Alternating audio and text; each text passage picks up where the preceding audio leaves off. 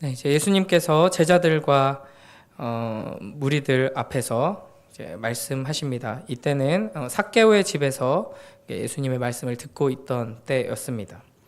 네, 이제 우리가 자주 들어본 열문화의 비유를 말씀하시는데요. 11절에서 이 열문화의 비유를 말씀하신 배경을 설명하십니다.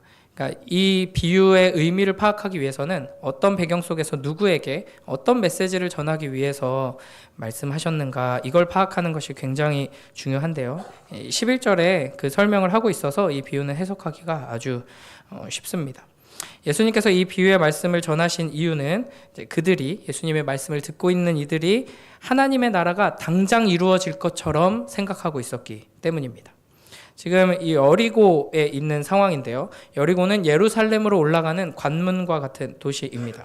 그래서 많은 사람들이 예수님을 따라오면서 이제 예수님께서 여리고에 계시니까 곧 예루살렘으로 가실 거고, 예루살렘으로 가시면 영광스러운 하나님 나라가 당장 나타날 것이다 하고 기대하고 있었던 것입니다. 그러나 예수님께서는 이런 사람들의 잘못된 생각을 바로 잡으시려고 이 비유를 말씀하시는 것이죠. 물론 예수님께서는 예루살렘으로 가실 거고, 예루살렘에 가시면 십자가에 달려 죽으시고 부활하심으로 하나님께서 선지자들을 통해 예언하셨던 그 구원의 역사를 이루시고 하나님의 나라를 이루실 것입니다. 그러나 문제는 이 예수님을 따르고 기대하고 있던 사람들이 생각하던 그 하나님 나라가 아니라는 것이죠. 사실 예수 그리스도의 오심으로 이미 하나님의 나라는 임해 있었습니다. 그리고 예수 그리스도의 십자가와 부활을 통해서 하나님의 나라의 온전한 토대가 마련되고 이제 결정적인 승리를 이루시는 것이죠. 하지만 완전한 영광과 능력으로 그 즉시 이 땅에 이루어지는 것은 아니었습니다. 그래서 우리에게는 하나님의 나라가 이미 여기에 임했다 하는 것, 그리고 결정적으로 승리하셨으며 이제 완성되어 가고 있다 하는 것을 깨닫는 이 믿음이 필요합니다. 동시에 아직 온전하게 임한 것은 아니고 이제 그때까지 믿음으로 인내하며 기다려야 한다 하는 것을 우리가 알아야 합니다.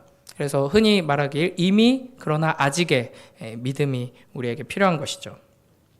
12절부터 14절에서는 이 비유의 배경을 먼저 설명하십니다. 어떤 귀인이 왕위를 받기 위해서 먼 나라로 떠나면서 자신의 종 10명을 불러서 은화 열문화를 주면서 내가 돌아올 때까지 장사하라 라고 말합니다. 그런데 이제 그 백성들이 그를 미워해서 사자를 뒤로 보내서 우리는 이 사람이 우리의 왕 되는 것을 원하지 않는다라고 하죠. 이 당시 사람들은 이 비유의 이야기를 딱 들었을 때 즉시 왕위를 받으러 이제 로마에 가는 헤롯과 같은 그런 분봉왕들의 행차를 생각했을 것입니다. 그리고 14절 말씀처럼 그들에게 통치권을 넘겨주는 것을 이제 반대하는 세력들이 또 이제 자기의 의견을 피력하는 그런 경우도 종종 있었다고 합니다. 그러니까 예수님께서는 실제 이 로마 황제에게 통치권을 인정받기 위해서 로마에 다녀오는 어떤 그런 분봉 왕들의 이야기를 통해서 이제 하나님 나라의 원리를 설명하고 계시는 것이죠.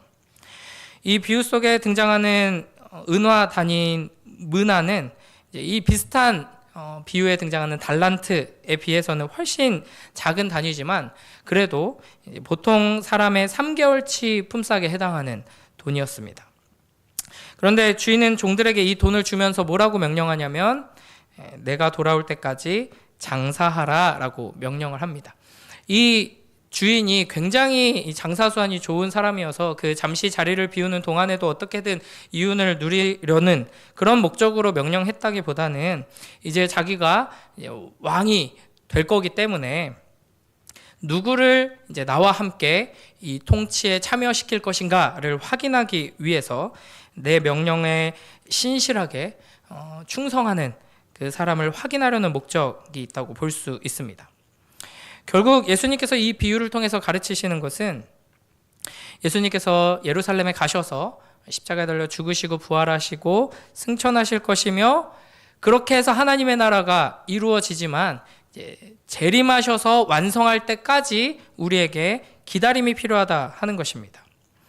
그래서 예수님께서는 예수님께서 온전히 다시 오실 동안에 이 사람이 비유 속에서 했던 것처럼 자신의 소유를 각각 맡기셔서 합당한 능력대로 직분을 감당하게 하시고 순종하며 일하게 하신다 하는 것입니다. 그러므로 우리는 이 예수님께서 승천하셔서 하늘에 계시는 동안 이제 맡겨주신 사명을 잘 감당해야 한다 하는 것을 생각해야 하는 것이죠. 하지만 이 과정 속에서는 큰 어려움이 따릅니다. 14절에 말하는 것처럼 이 귀인이 왕위를 받는 것을 거부하는 자들이 있습니다. 이 비유의 이야기를 쭉 들어보면 이 주인은 선하고 능력 있는 분인 것 같습니다. 그럼에도 불구하고 오해하는 종이 있고 반대하는 무리들이 있는 것이죠. 우리 주 예수 그리스도께서 다시 오시는 그날까지도 참된 왕이신 예수 그리스도를 거부하고 오해하고 또 공격하는 이들이 계속 있을 것입니다. 심지어는 그리스도의 다스리심을 거스르는 일들이 하나님의 일을 감당하고 있다는 하나님의 백성들 안에서도 있다는 것이죠. 우리는 이런 어려운 상황 속에서 주님의 말씀에 순종하여서 하나님의 나라를 확장하고 완성시키는 일을 감당하도록 부름받고 있다는 것입니다. 그러므로 우리에게 필요한 것은 결국 주님께서 왕위를 받으신 후에 다시 돌아오실 것이다 하는 것을 확신하는 믿음과 때가 되면 그 소유를 맡기신 종들을 다 부르셔서 결과를 살펴보실 것이다, 심판하실 것이다 하는 믿음입니다. 15절부터 27절에서는 귀인이 왕위를 받아가지고 돌아와서 종들을 만나는 이야기가 펼쳐지죠. 첫 번째 종은 한 문화로 10문화를 남겼습니다. 이에 주인은 칭찬하면서 10고울 권세를 맡기죠. 두 번째 종은 한 문화로 5문화를 남겼고 마찬가지로 칭찬하면서 이제 5고울의 권세를 맡깁니다. 하지만 이 반대되는 종이 등장하죠. 주인에게 이렇게 말합니다. 우리 20절, 21절 함께 읽겠습니다. 시작. 또 한 사람이 와서 이르되 주인이여 보소서 당신의 한 문화가 여기 있나이다. 내가 수건으로 싸두었나이다. 이는 당신이 엄한 사람인 것을 내가 무서워함이라. 당신은 두지 않은 것을 취하고 심지 않은 것을 거두나이다. 아멘. 그는 주인을 나쁜 사람, 아무것도 투자하지 않으면서 위험을 감수하지 않으면서 이제 착취하는 사람, 심지도 않고 열매를 거두려고 하는 불의한 사람으로 알았습니다. 그래서 주인이 준 문화로 장사하지 않고 그냥 가지고 있다가 그대로 가지고 나왔다 하는 것이죠. 이에 주인이 이렇게 답합니다. 22절, 23절 함께 읽습니다. 시작. 주인이 이르되 악한 종아 내가 내 말로 너를 심판하노니 너는 내가 주지 않은 것을 취하고 심지 않은 것을 거두는 엄한 사람인 줄로 알았느냐. 그러면 어찌하여 내 돈을 은행에 맡기지 아니하였느냐. 그리하였으면 내가 와서 그 이자와 함께 그 돈을 찾았으리라 하고. 아멘. 이렇게 말하고 나서 주인은 곁에 섰는 자들에게 그 한 문화, 처음 줬던 잘 간직해왔던 그 한 문화마저도 뺏어서 10문화 있는 자들에게 주라고 합니다. 이 곁에 있던 자들이 그 사람한테는 벌써 10개나 있는데요 라고 말하지만 주인은 무릇 있는 자는 받겠고 없는 자는 그 있는 것도 빼앗기리라 라고 말하죠. 그리고 나서 이렇게 명령합니다. 내가 왕됨을 원하지 않는 저 원수들을 끌어다가 죽여라. 결국 이 문화를 받은 종들은 크게 두 부류로 나눠지게 됩니다. 주인의 명령에 순종해서 열매 맺은 사람, 그리고 주인의 명령에 순종하지 않아서 아무런 열매를 맺지 않은 사람.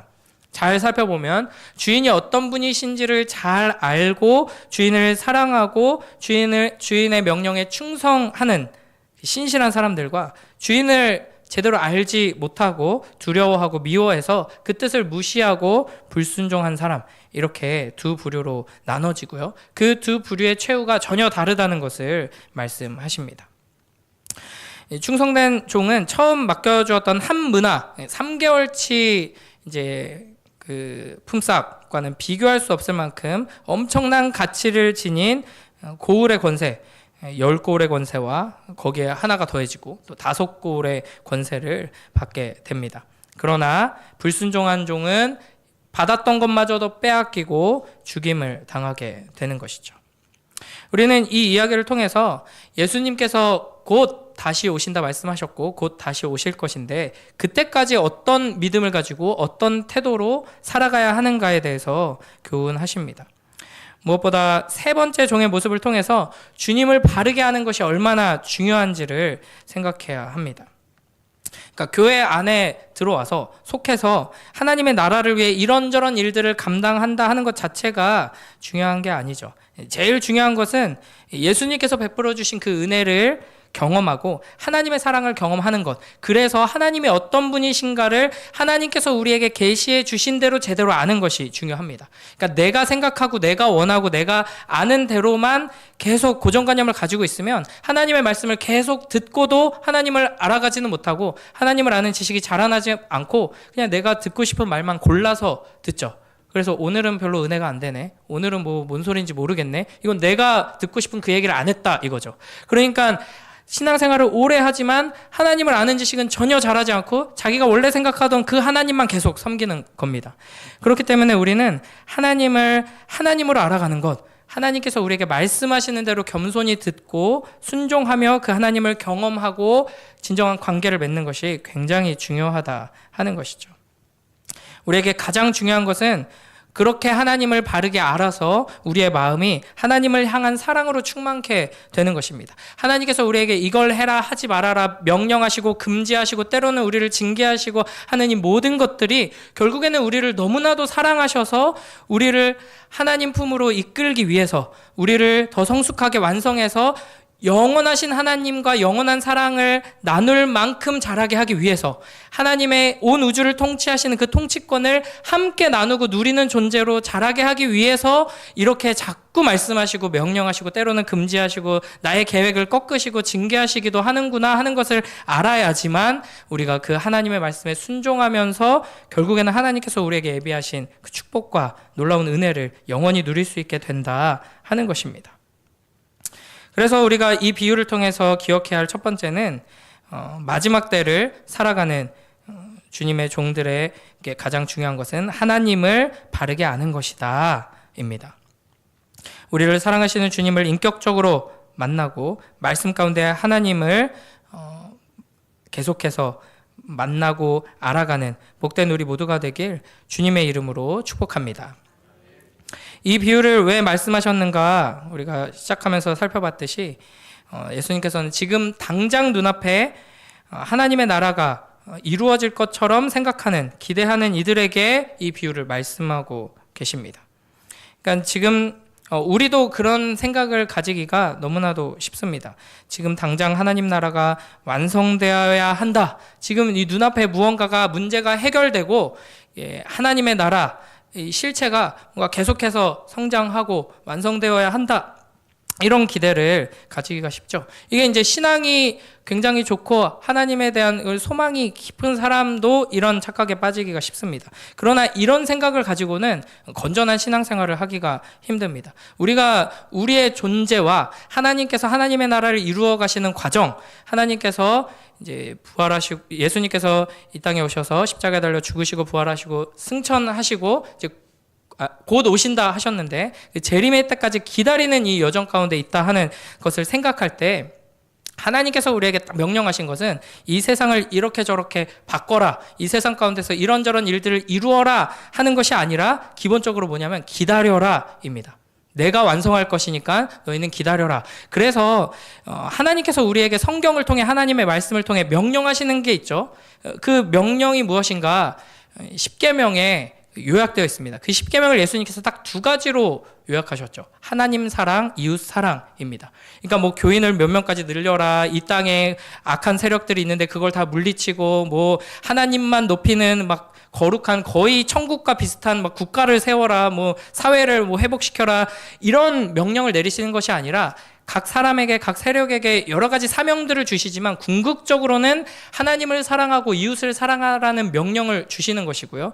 그런 점에서 우리의 존재의 가장 중요한 핵심은 무언가를 이루고 성취하는 존재가 아니라 사랑하는 존재라는 것을 잊지 말아야 합니다. 그렇기 때문에 우리는 인내하고 기다리고 묵묵히 순종하면서 충성하면서 예수님께서 완성하실 그 하나님의 나라를 기다리는 것이고요. 그런 우리의 모습을 통해 세상 사람들은 이 세상에 소망이 없구나. 우리가 아무리 모여가지고 열심히 노력하고 목숨을 걸고 이 사회를 어떻게 바꾸려고 한다고 해도 이 사회가 바뀌는 것은 아니고 주님께서 다시 오실 것을 기다려야 하는구나. 그걸 기다리는 자들은 내 목숨을 바쳐서까지 이웃을 사랑하는구나. 그것만이 소망이구나. 이걸 우리를 통해 깨닫게 되는 것입니다. 그러므로 우리는 이미 이곳에 임한 하나님 나라, 지금 바로 여기에 우리의 심령 가운데, 우리의 가정 안에, 우리의 믿음의 공동체 가운데 충만한 하나님의 나라를 믿음의 눈으로 바라보고 누리면서 오늘 하루의 나의 삶이 영원한 하나님 나라와 연결되어 있다는 그 믿음을 가지고 나아가야 하는 것입니다. 이 충성된 종들이 돌아온 왕에게 받았던 성읍, 이것은 이 열 문화와 비교하면 엄청나게 큰 것입니다. 이것은 단순히 엄청 큰 보상을 받았다 하는 의미를 넘어서서 왕의 통치에 참여하게 된다 하는 의미를 가지고 있습니다. 하나님께서 우리에게 이렇게 일하시는 것입니다.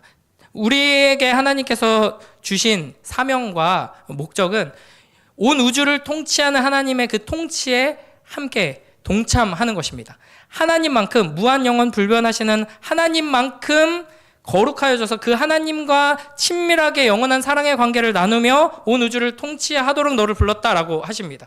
그 믿음으로 우리가 이제 주님 앞에 서죠. 막 심장이 뜨거워집니다. 그런데 우리에게 명령하시는 것은 한 문화 정도 되는 아주 작은 일들을 계속해서 명령하시는 것이죠. 이거 가지고 뭘 하라고요? 하고 우리는 실망하기 쉽지만 도대체 내가 이렇게 아침에 일찍 일어나가지고 출근하고 반복되는 일 하다가 또 퇴근하고 내가 아침에 일찍 일어나서 학교 가고 거기서 이거 하나님 나라랑 전혀 상관없어 보이는 수학 공부하고 국어 공부하고 시험 준비하고 시험 보고 대학 가고 취직하고 일하고 이게 도대체 무슨 하나님 나라와 연관이 있는 거죠? 라고 생각하기 쉽지만 하나님께서는 그 순종을 통해서 내가 영원한 하나님 나라를 이룰 거고 너를 결국에는 영원한 통치에 합당한 자로 자라게 할 거다라고 말씀하시는 것입니다.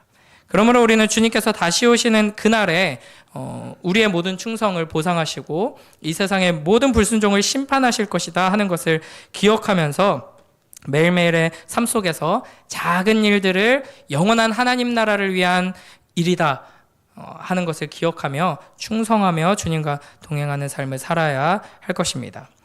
오늘 말씀을 마무리하면서 제가 베드로후서 3장 8절부터 14절 말씀을 세 번역으로 읽어드리도록 하겠습니다. 오늘 이 비유의 메시지를 기억하면서 한번 들어보시면 좋겠습니다.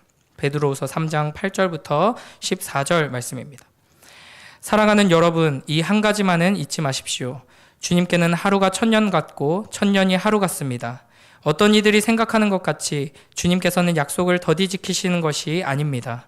도리어 여러분을 위하여 오래 참으시는 것입니다. 하나님께서는 아무도 멸망하지 않고 모두 회개하는 데 이르기를 바라십니다. 그러나 주님의 날은 도둑같이 올 것입니다. 그날에 하늘은 요란한 소리를 내며 사라지고 원소들은 불에 녹아버리고 땅과 그 안에 있는 모든 일은 드러날 것입니다. 이렇게 모든 것이 녹아버릴 터인데 여러분은 어떠한 사람이 되어야 하겠습니까? 여러분은 거룩한 행실과 경건한 삶 속에서 하나님의 날이 오기를 기다리고 그 날을 앞당기도록 하여야 하지 않겠습니까? 그날에 하늘은 불타서 없어지고 원소들은 타서 녹아버릴 것입니다.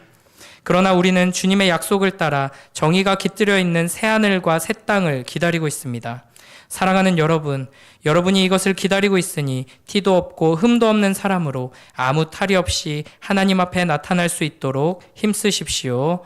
아멘. 기도하겠습니다. 하나님 아버지 감사합니다. 이 아침에 또 귀한 예수님의 비유의 말씀을 통하여서 오늘 하루를 우리가 어떤 마음으로 어떤 믿음으로 살아가야 할지 교훈하여 주시니 감사합니다.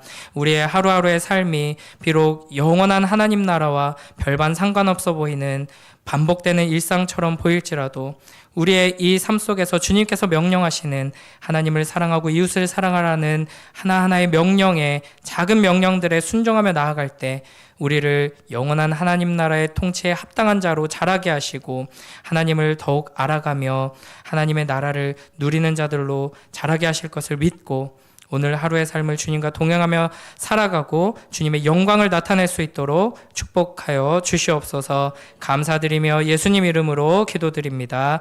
아멘.